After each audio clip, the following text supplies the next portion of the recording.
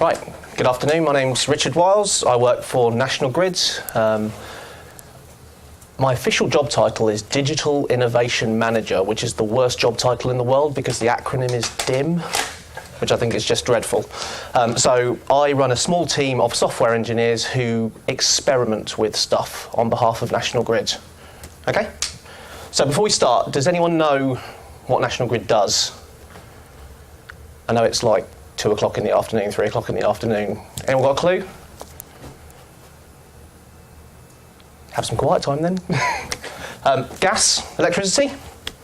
So we are a transportation company. Effectively, we run think of them as motorways of energy that deliver gas and electricity around the country. We also do smart metering. We also do large connections out into Europe and from Ireland. Massive company, 25,000 people. So big old utility company. So today I'm going to be looking at who's National Grid. I have some brief stats and statistics, have to do that. Who am I? What does my team do? Why do we exist? What's the kind of stuff we've worked on? And what have we learned from doing that? Nice and simple, okay? So this is more towards the speculative, sexy end of technology and away from databases and traditional enterprise-wide systems and that kind of stuff. So, what's National Grid? We're an electricity and gas company. We provide all of your power. You might have a shipper that you pay your bills to. We give them the electricity and gas that supplies you guys. So 3.8 gigawatts of generation in the US, 99.9% reliability in England and Wales. So whenever you flick a switch, it's on. We don't have rolling blackouts here. Power's always there for you. 3.4 million direct customers in the US, so massive. We are what's called a distribution network operator over there. It means we actually sell the gas and electricity to people, turn them off when they can't pay the bills. That's the downside of it, but that's direct customers. In the UK, we tend to deal with very large things like power stations that want to connect to the grid. And 25,000 employees. So based in Warwick, the Strand, based in New York, we've got a lovely office at the end of the Brooklyn Bridge, and Waltham in Massachusetts. So our UK business, construction. So we do about £1.7 billion worth of capital build each year. We build big stuff. We put tunnels underneath London to deliver electricity. That's a huge project. We have an IFR rate of 0.1. That means that's an incident fatality rate, so very, very safe, very concerned about safety. 700 employees working in construction. So we have all the high-profile projects that are super popular with everybody. So connecting up HS2, that's us. Getting the Hinkley Point power station online and delivering energy into the grid, that's us as well. Now, controversial, but actually we're legally obliged to connect them up, so not our fault. Electricity transmission owner, so these are the guys that maintain the electricity network. Anyone seen these before? Yeah, so these are called T-pylons. They are what the pylons will look like going out across the UK from pretty much this point onwards. They're starting to be used, so those big lattice towers that you see can start to move away from those into this slightly more ergonomic design. So 72,000 kilometres of overhead line, 690 kilometres of underground cable, 330 substations across the UK. I mean, it's big and it's old, and it's all about managing things that already exist, managing the maintenance of them. Same for gas. So 7,600 kilometres of high pressure pipeline, 26 compressor stations which just push the gas around, and we connect to 8 distribution network operators. I have to give you the background so you understand how large the company is and how varied the work we do is. So, and then we've got the system operator. So these guys balance the network. So anyone interested in PLCs, program logic controllers, and controlling industrial equipment, the system operator effectively control the network, sending commands from control centres to open and close, to put gas into the network, to put electricity into the network, to export it to other places. So a huge, diverse, old business. And then we've got ventures, which is our more speculative arm. So ventures is what's called a non-regulated business. So it can make money, or more money than the regulated business can. So everything that transmission do is regulated by Ofgem, the regulator. They tell you how much money you can earn.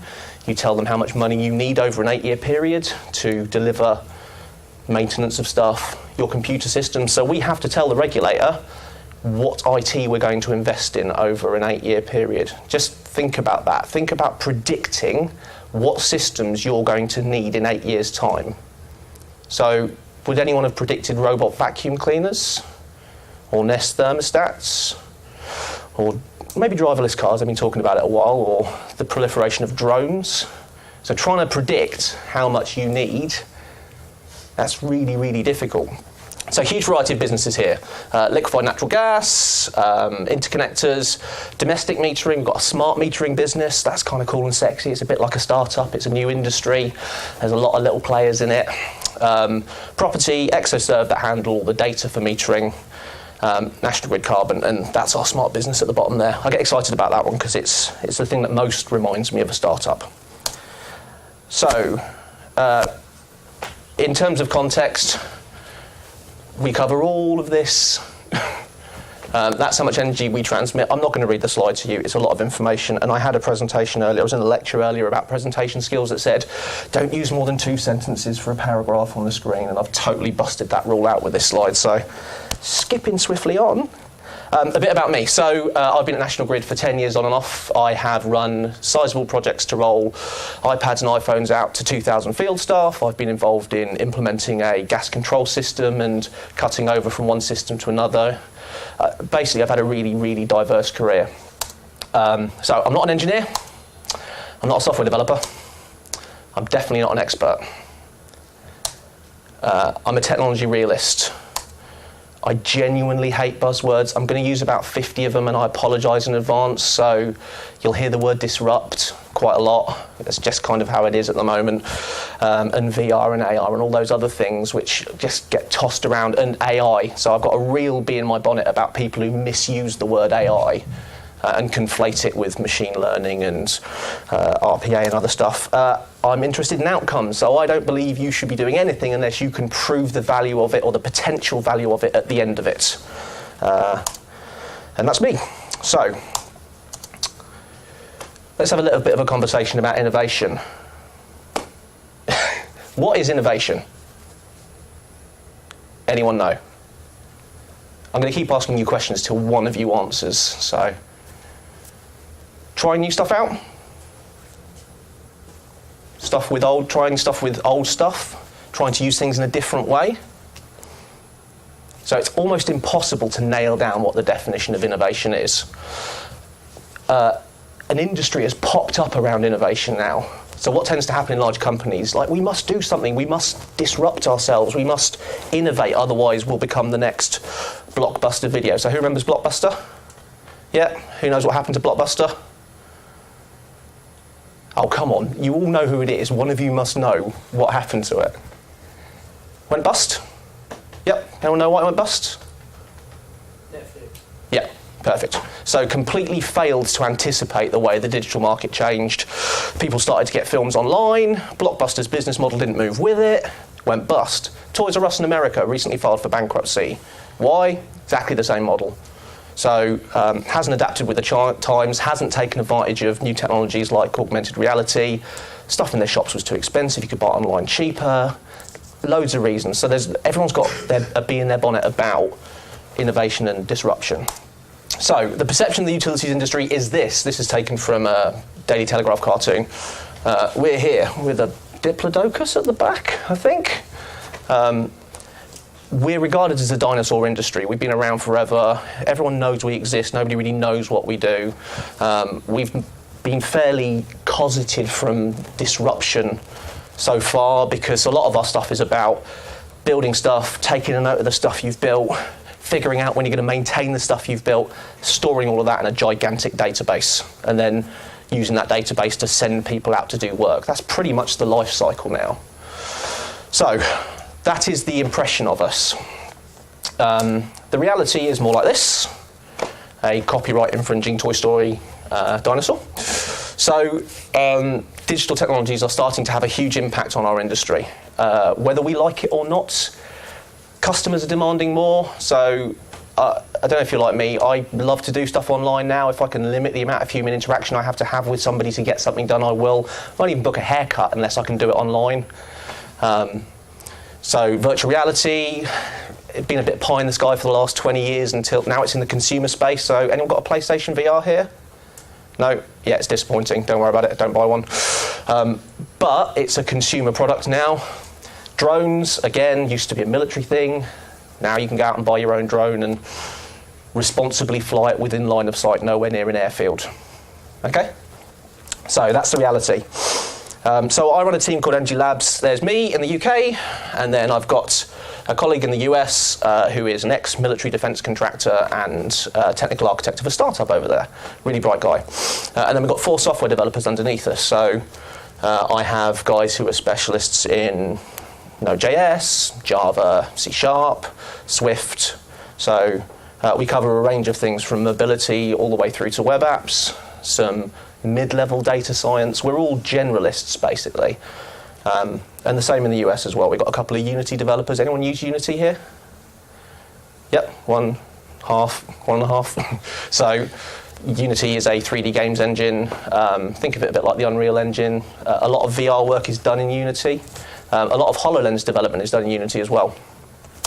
So I'm going to talk to you about some of the stuff my team does.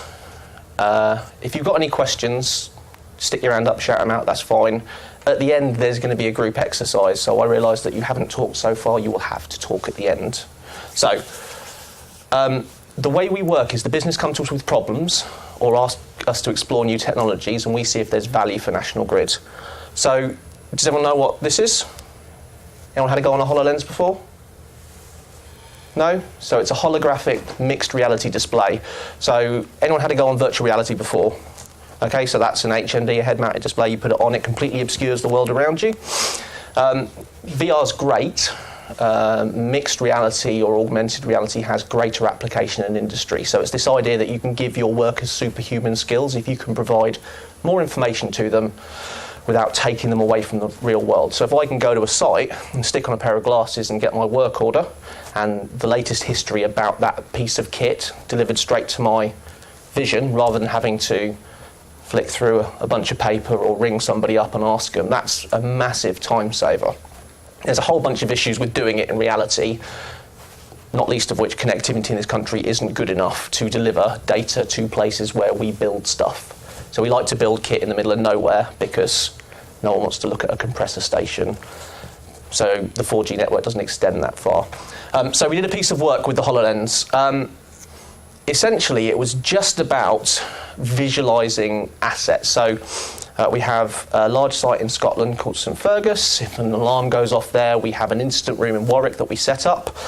And we have all these paper maps strewn on the table and all these records that we stick up on the wall, and everyone gets around the table and figures out how we're going to evacuate the site.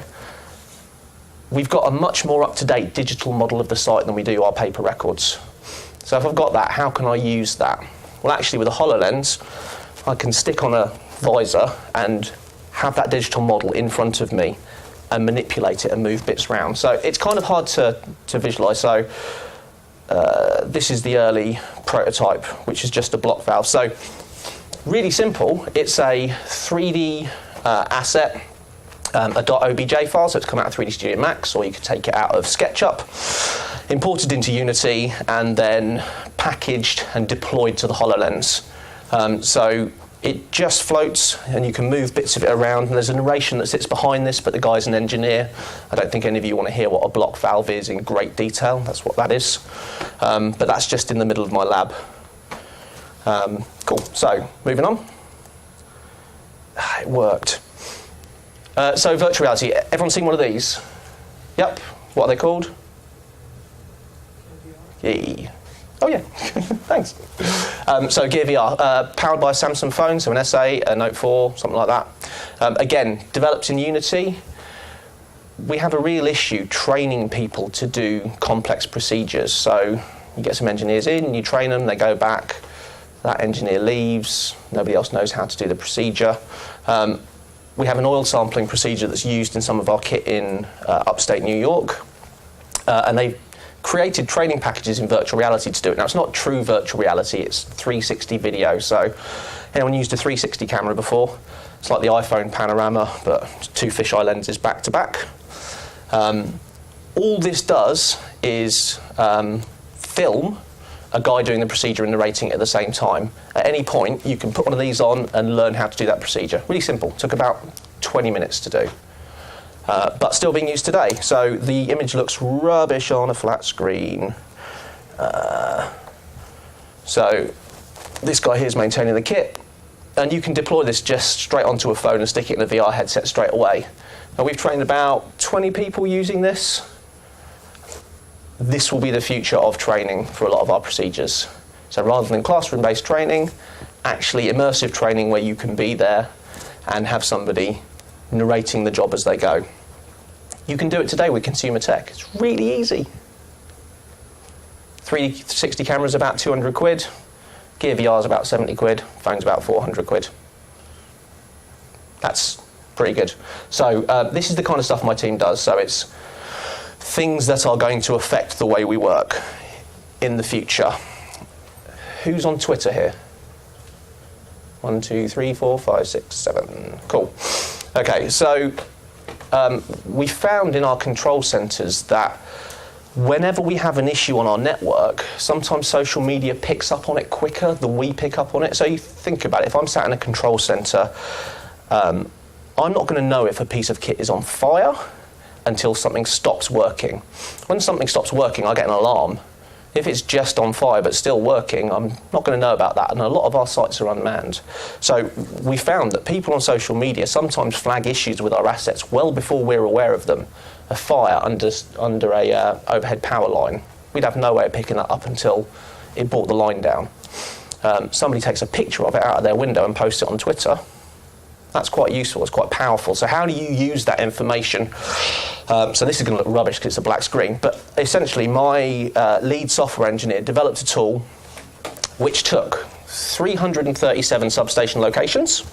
He wrote an interface that pulled in information from Twitter and then cross-referenced the location information, if you had it turned on, against the substation location, and then populated a map of essentially tweets. So you can see all the substations, you'd see a sidebar of tweets, and then you'd see a selectable list of substations down here. So I apologise because you really can't tell, but these are the substation codes, this is the rolling list of tweets coming in, and this is the substation locations, and the colour shows there are tweets nearby that match criteria. We put some white lists and some black lists in, so it turns out you can't search Twitter for the word blaze without getting a ton of drug references, so I wanted to get rid of that. And a whole bunch of other things. Essentially, this has been deployed in the National Control Room in Wokingham. We wanted to limit the chance that they'd get any nudity on the screen or profanity or so, hence the whitelisting and blacklisting. Really easy to build. I mean, it's hacky, so it's essentially Node.js it's built in, and then this nice little UI that we put together here. But it runs 24 hours a day, looking for searches that match our criteria. We've demoed it to people from Cobra, which is one of the disaster committees in the UK, head of basically a load of people. It's got a lot of popularity. Now you can use these tools in commerce today. So in retail, they use social media to identify how successful your shops are by who's tweeting about what. But it's never been used in the utilities industry, and that's what innovation is. So trying something new, seeing if it works. Took us a week and a half to build it. My guys like extreme programming, so they like to get around the same laptop and just do that for 8 hours a day, and they produce this product. It's brilliant. It cost us about £3,200 to build if you take into account all the staff costs, which is significantly cheaper than going out to market and buying it. Lone worker, so we did, who's got a health wearable? Anyone got Microsoft Band or Apple Watch or Fitbit? So again, these are great for reporting heart rate, whether you stood up or not. Really good for guys working out in the field. So we send a lot of people out to work on kit on their own. If they fall down or get injured, we'd like to know about it to make their job safer. So turns out you can write apps for these and deploy them to it. So we wrote an app that monitored your heart rate and your orientation, whether you were stood up, by just looking at the gyroscope and accelerometer on the device, deliver the information back to an Azure cloud portal, and then basically prove the value of doing throwaway piece of work because we learned how to do something from it, so there's value to it. It didn't necessarily deliver any outcomes that the business can shout about. And that's what a lot of this is. A lot of this is some things we'll do and we're great at it. Some things we'll do and we're rubbish at it. And then we say it hasn't gone very well and we learn for the next time. So this is interesting. This is an excavation scanner. So this is what's called a structure sensor. It's a $200 3D scanner. It's an RGBD scanner. So it does depth.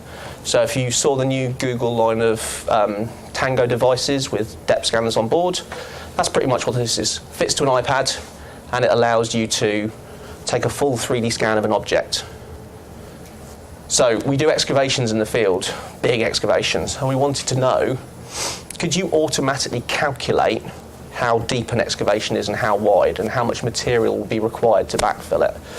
So we found that we were spending a lot of money with contractors filling in holes, but we had a really simple system for measuring how big the hole is, like a 3-banded system, small hole, medium hole, large hole, and then we'd pay them based on that. A lot of money wasted. If you could calculate it accurately, you could be much more specific about the amount of material required to fill it. So we worked with Warwick University to develop an algorithm to essentially calculate internal volume of a shape. So you scan an excavation with this, it produces a beautiful mesh, and put a lid on that mesh and calculate the internal volume of it. And then by knowing how much space a piece of material takes up, you can work out how much material will be required to fill it. So we built this, and we gave it to a company called Cadent Gas, who used to be part of National Grid, and now it's off with Wales and the West Utilities and Northern Gas Networks for trial. So it's another thing that came out of the lab that's gone on and is being investigated as a commercial product. What's important here is my team doesn't do production products. We do 4 to 6 week focus sprints of effort to try something out. But again, all consumer tech. And then this one, which is quite close to my heart. So I was at Women in IT Awards a couple of weeks ago. It was fantastic. So I got chatting with some incredible women who were working for William Hill, who were talking about managing server capacity on Grand National Day. So William Hill servers stayed up, other servers went down, and they were involved in the planning and the scaling required to do that. But there's a massive lack of gender diversity in my industry and STEM subjects generally. So we built a gamification portal which is being rolled out into schools at the moment. And essentially it's about introducing people to the idea of working in IT at a younger age, specifically girls. So, and it does all the usual gamification things. Again, buzzword, I'm sorry, but it rewards you for completing activities and for logging in regularly. And I'm proud to say, last week, we had 2 girls who managed to hack the site and give themselves all the awards on the site, which I think is a win as far as I'm concerned. It also highlighted a bug. But so yeah, STEM, and then we've done work with Python, and this is the latest thing we've done. So Raspberry Pi in a helmet. Helmet, Raspberry Pi Zero, tiny computer, Azure portal, Google Maps API, all completely commonly available components. So the business case is that on a substation site, on a gas site, if a bit of kit is dangerous and is going to go bang, or might go bang, we implement what's called a risk management hazard zone. Essentially, it's a 35 metre to 40 metre circle around it that you're not allowed to go in, and they treat it like it's a bomb blast zone. Okay? You go in there, there's significant risk to life. We've got loads of these active in the country. Nobody really knows where they are unless you're on site. If you go on site, there's cones and chains that tell you not to go in there, but there's no central log of them. So we wanted a way of monitoring where people were on a site. So this site here is Hams Hall in Birmingham, just outside Wolverhampton Way. And it allows a manager to go onto the portal and define a hazard zone.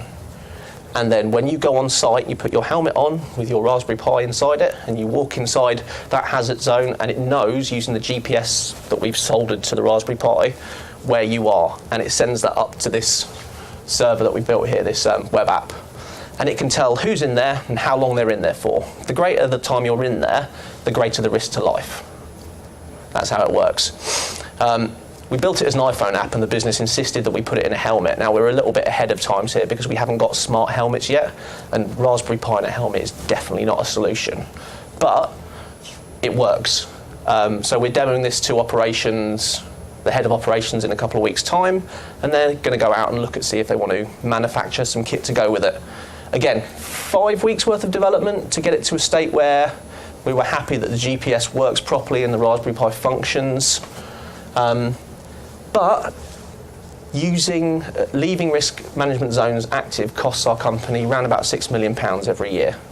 So there's a business case for understanding where they are, understanding if people are going in there, and planning work around them.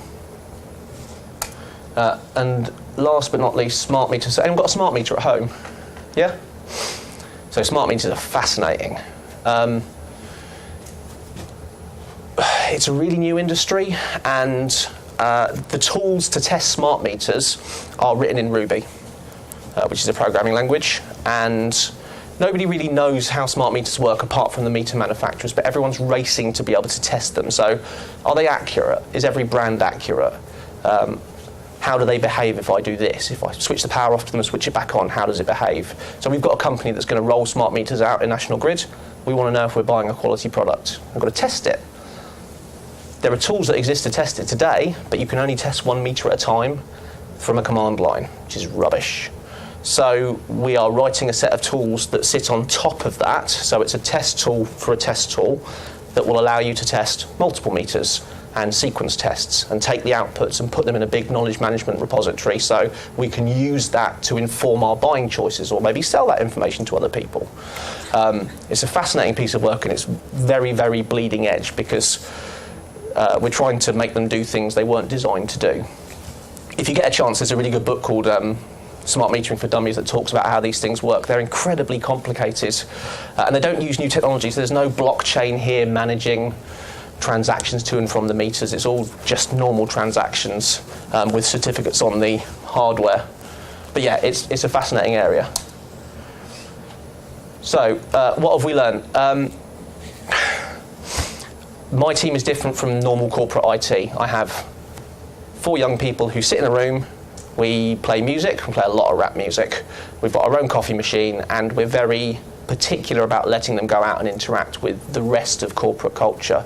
And it's just because we've done IT the same way for 20, 30, 40 years, and we need an injection of something new, and that's what these guys are there to do. So we don't pay a lot of attention to process, we don't do a lot of sanctioning, we don't do a lot of justification a lot of the time.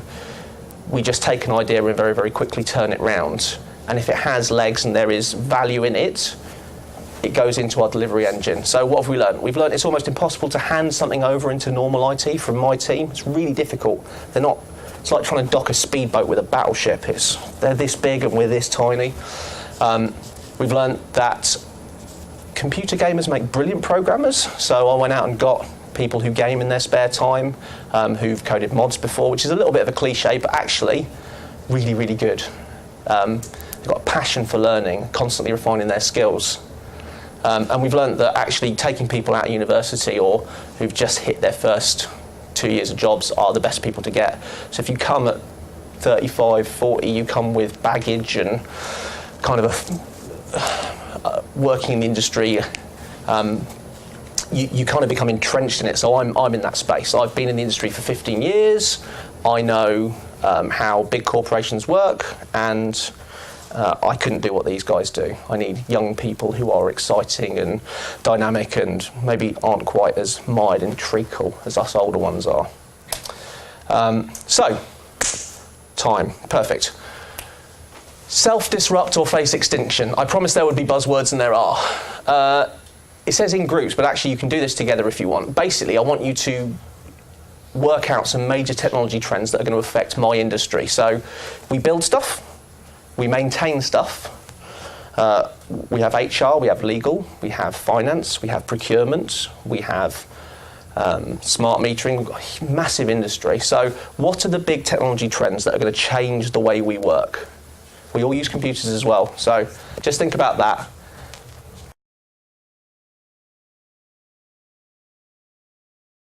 Okay, so thanks for that really good group discussion.